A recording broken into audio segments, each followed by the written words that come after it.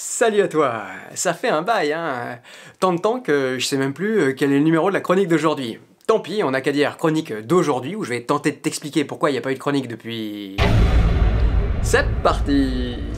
D'abord, dans mon salon, j'ai viré toutes les étagères que j'avais déjà fabriquées pour en fabriquer des nouvelles, plus adaptées. Mais comment te dire, pour le moment, j'ai eu le temps de les enlever, j'ai pas eu le temps de les remplacer. Bon. Ensuite, j'ai voulu te parler d'un truc qui a failli changer ma vie, enfin, mon quotidien, le batch cooking. Un truc qui fait que tu cuisines le dimanche et t'as déjà à manger pour toute la semaine, y a plus qu'à réchauffer.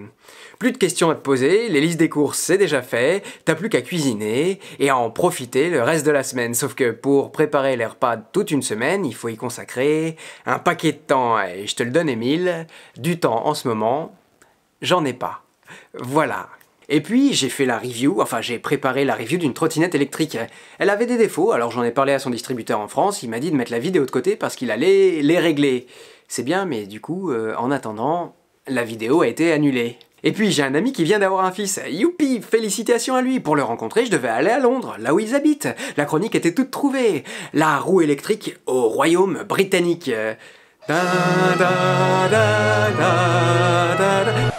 Oui, sauf que le train a été annulé. Désolé. Pour les prochaines chroniques bricolage, dont je t'ai déjà parlé, il y aura le canapé, et puis les étagères du salon, tout ça. J'ai investi dans une scie sur table.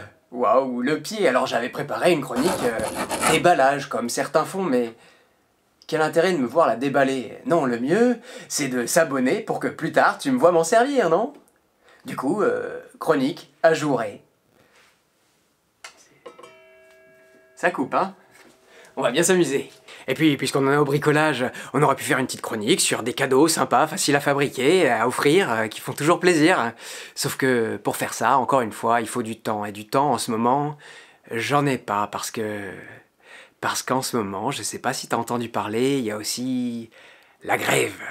La grève dont tout le monde parle, celle qui, si je veux voir les choses du bon côté, m'a permis de passer beaucoup de temps avec mes enfants, le pied et une remise en ordre de toutes mes priorités, tu vois.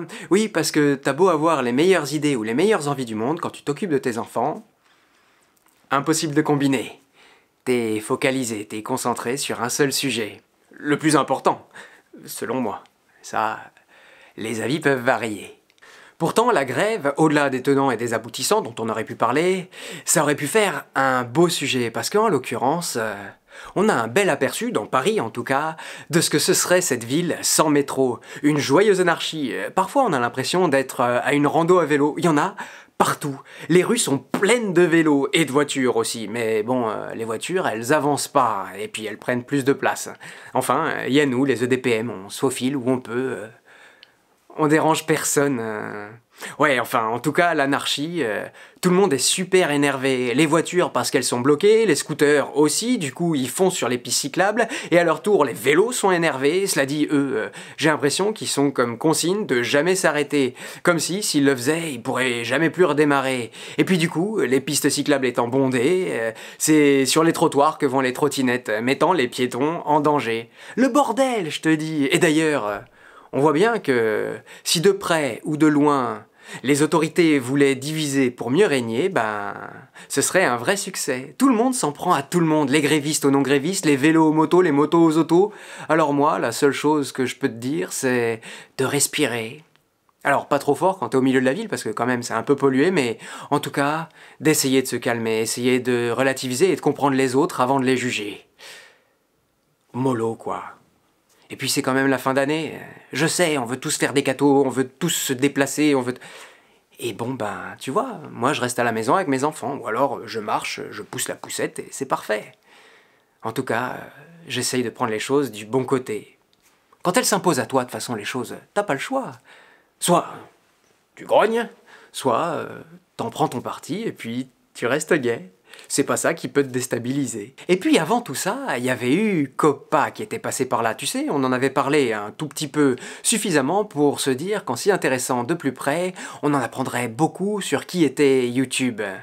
Et oui, ça m'a appris beaucoup sur comment les entreprises nous utilisaient. Moi, toi, Enfin, ce qu'elle faisait de nos données, et ça m'a moyennement motivé à continuer. Disons que je me suis posé fort la question de savoir si je voulais participer à ce système-là. Enfin, tu me diras aujourd'hui, me voilà. Et puis, il y a eu la fatigue aussi. Oui, je te parlais des enfants, les enfants s'en occupent le jour, mais la nuit aussi, et qui fait que, comme tu dors pas la nuit, t'es une larve toute la journée. Et puis, il y a eu la météo, le boulot. Alors, moi, dans ces moments-là, j'ai décidé d'appliquer une méthode qui a fait ses preuves par le passé. Et oui, dans les temps difficiles, on fait le dos rond. On attend que l'orage soit passé. Mais le truc là, c'est que ça fait longtemps maintenant. Et quand on est passé dans un autre rythme, c'est vraiment difficile de revenir au rythme d'avant. C'est d'ailleurs pour ça qu'au départ, sur cette chaîne, je m'étais fixé de faire une vidéo par semaine. Et oui, bonne ou mauvaise, peu importe, mais il fallait la faire, qu'elle ait au moins le mérite d'exister. Et oui, sauf que 2 ans et demi après, maintenant je me dis que pour faire une vidéo, il faut avoir un vrai sujet à traiter. Puis que ce soit un sujet qui puisse plaire aux abonnés, que par exemple ça parle de mobilité. Voilà, tu vois, je sais plus trop où j'habite, alors je continue de creuser. Quand on entreprend un processus comme celui-là, parfois il y a des hauts, parfois... tant pis, il y a des bas. Le plus important, c'est de pas savoir où on va, c'est d'accueillir le moment comme il se présente à toi. Pas facile la créativité, tu sais, mais c'est pour ça qu'on est là, pour en parler. Allez, je te donne rendez-vous en 2020 pour de nouvelles vidéos et promis, plein de nouveaux sujets, bien organisés. Et d'ici là, prends bien soin des tiens, prends bien soin de toi. Et bonne fin d'année.